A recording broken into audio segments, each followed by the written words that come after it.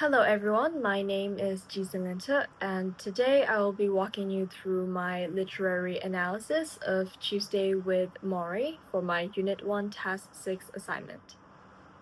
So, Tuesday with Maury is a book that directly speaks to my soul, and it holds a very special place in my heart that not many books can reach.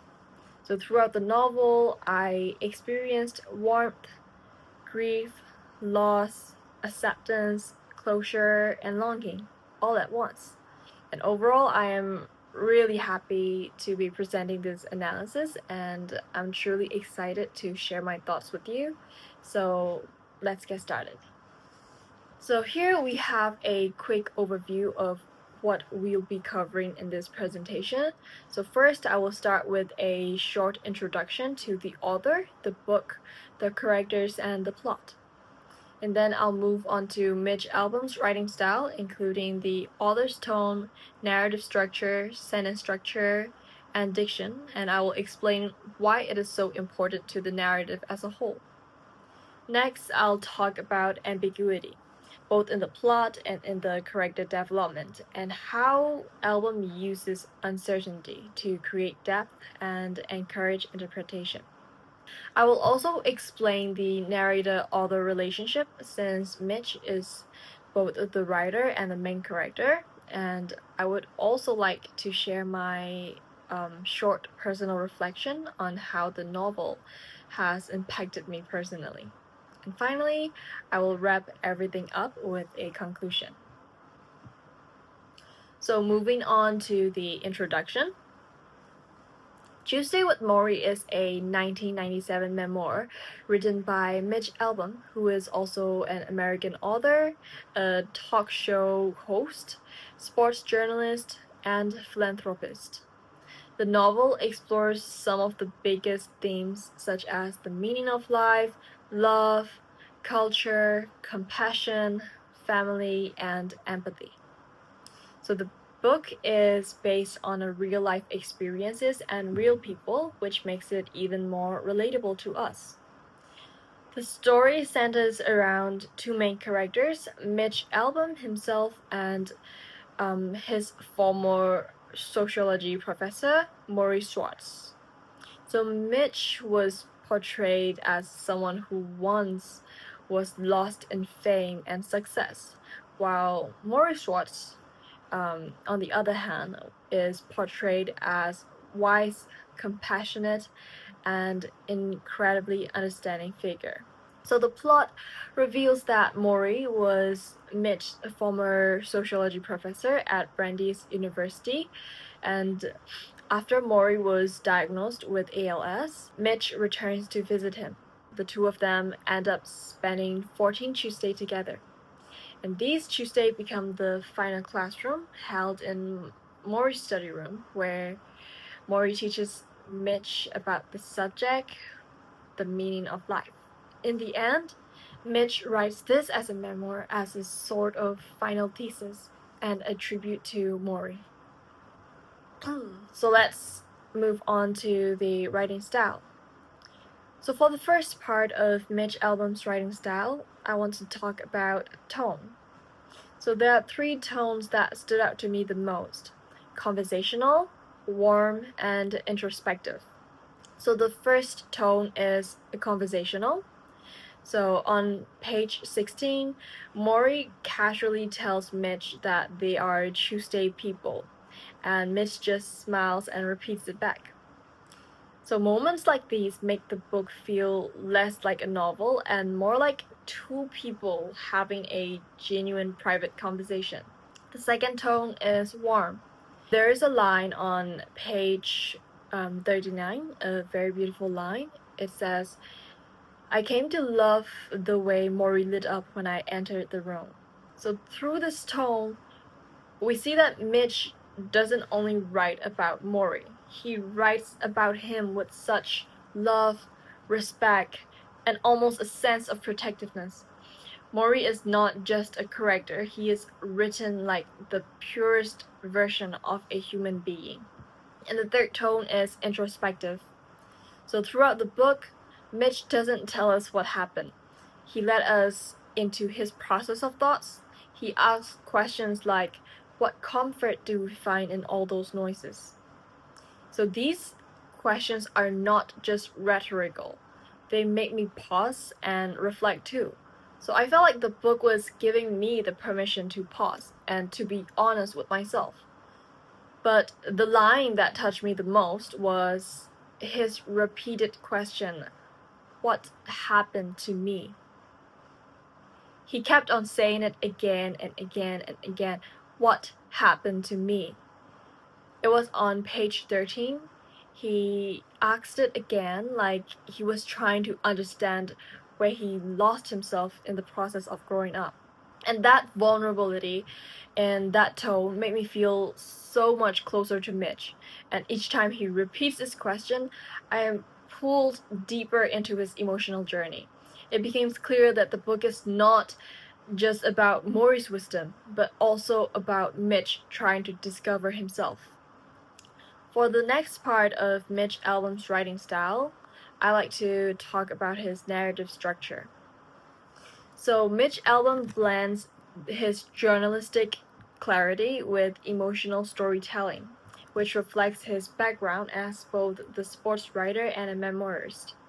So this combination makes the story feel honest, direct, and deeply personal at the same time. So the structure of the book actually mirrors a classroom, with every Tuesday acting as a lesson about life. His chapters titles like the curriculum, the syllabus, the first Tuesday, the second Tuesday, and so on, and eventually the graduation. So this creates a teaching format. It's as if Albom wants us, the readers, to not only follow through the story, but also to treat it like a real class, with each of the Tuesday becoming a mini lecture on a different life theme. Albom also uses flashbacks throughout the book to connect the past and the present together. So the timeline is non-linear. He moves from Mitch and Maury sitting together in the study room, to the memories of Maury teaching in the university years ago, and then back again to the study room. So this switching is not confusing because it actually reflects the way our human minds and the memories work. So how they come back to us based on emotion and not the time. So for the sentence structure, Mitch uses a very intentional blend of short, simple sentences and metaphorical language. So many of Albom's most meaningful lines are extremely short. So his writing is very straightforward and easy to understand, but that simplicity is exactly what makes it so touching. So, for example, the line, without love, we are birds with broken wings, uses a metaphor that instantly paints a picture in our mind. A bird without wings is helpless, it can't fly, it can't move, it can't reach the places that it was meant to go. And Mitch is telling us that a person without love is the same. Without love, we lose our ability to grow emotionally. We become stuck, just like the birds that depends on its wing. Humans also depend on love to move through life with meaning. So it is such a simple sentence, yet it captures an entire truth about what it is meant to be human. So there are also a few other sentences throughout the book that carries the same emotional strength.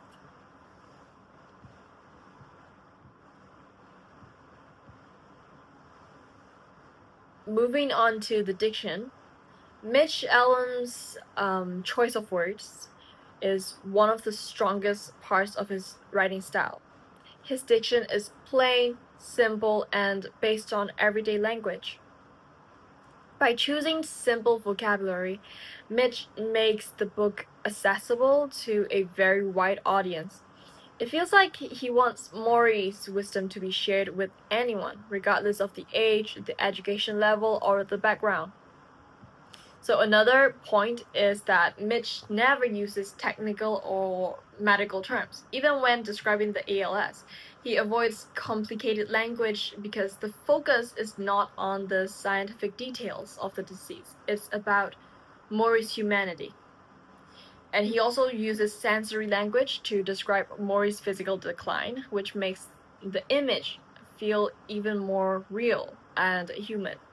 So for example, on the page 47, he writes, "The disease had left Maury without ability even to wiggle his toes." And then he adds with, "His toenails were yellow." So these details are simple, but they appeal directly to our senses. Mitch's diction is simple, clear, and deeply intentional, which allows Maury's wisdom to reach deeper into our readers' hearts. Next, we're going to move on to the ambiguity. So for ambiguity in the plot, one of the first thing we notice is that we never told the exact date. Even though this may seem unclear at first, it actually shows how our human memory works. And we don't remember our lives in perfect orders. We remember emotions, we remember lessons, we remember moments, events that happen in our lives. There's also an ambiguity around Maury's ALS progression.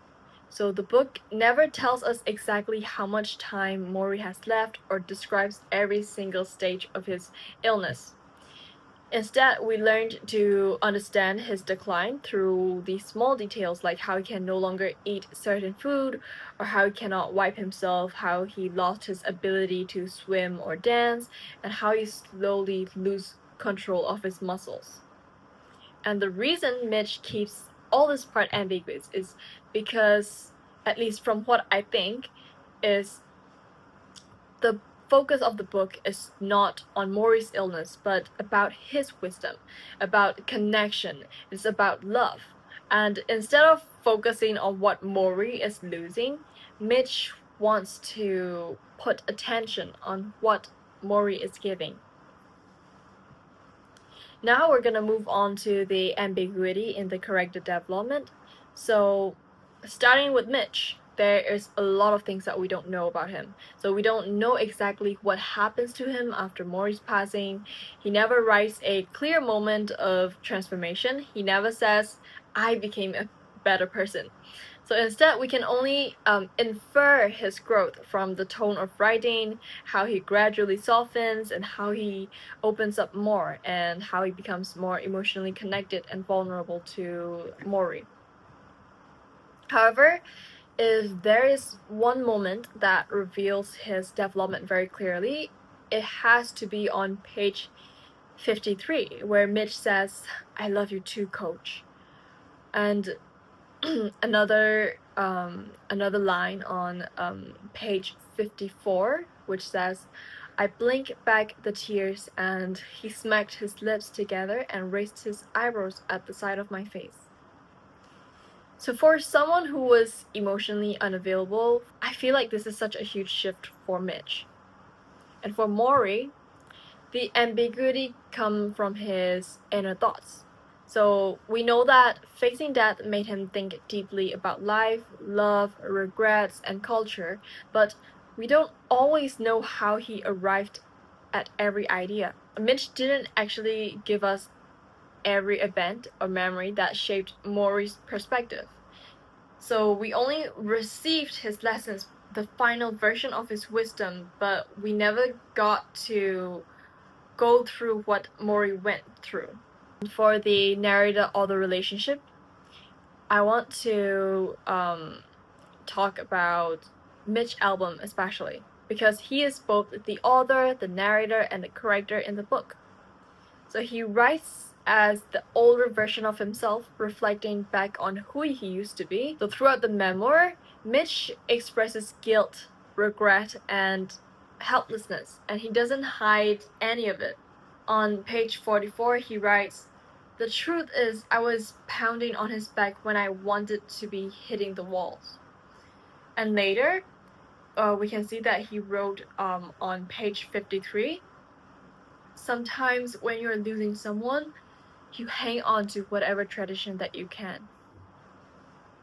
These lines show that the narrator allows us to see his flaws, his fears, his emotional struggles, and I believe that honesty is what builds trust between Mitch and the readers. And because of the fact that the narrator and the author are the same person, the whole story feels incredibly immersive. So I don't feel like I was just reading about Mitch's life. I felt like I am living through him. So overall, having Mitch as both the narrator and author creates a storytelling experience that feels real, intimate, and personal. Now, speaking about personal, I'd like to move on to my personal reflection. So, I want to share why this book meant so much to me on a deeper level. Reading Tuesday with Morrie felt incredibly emotional for me because it reminded me of my own experience with losing my grandpa. So there were moments in books where I genuinely felt like I was reliving the time when he was still alive. Like the quiet routines, the caregiving, the slow decline, and the way love becomes stronger even when, the time between us was shorter. So the story felt immersive to me, not only because of Mitch's writing, but also because I've lived something very similar. But one line that stayed with me the most is when Morrie says, "Death ends a life, not a relationship." And it made me pause because that was so true. So even though people we love are no longer here physically, they still live in us, in our memories, in our heart, in the lessons, the habit, the love that they gave us, and the legacy that we carry. So that line made me reflect how grief works. You don't just stop loving a person just because they're gone. The relationship changes form, but it never disappears. So, in conclusion, Mitch Albom's writing style is what makes this Tuesday with Morrie so powerful. So he chooses Morrie's lessons to sound real, intimate, and unforgettable. The book also helped me understand my grief in a gentler way. It reminded me that love doesn't end with death, and the people we lose continue to shape us long after they are gone. And for that reason, Tuesday with Morrie will forever be a meaningful book to me. Thank you so much for listening till the end.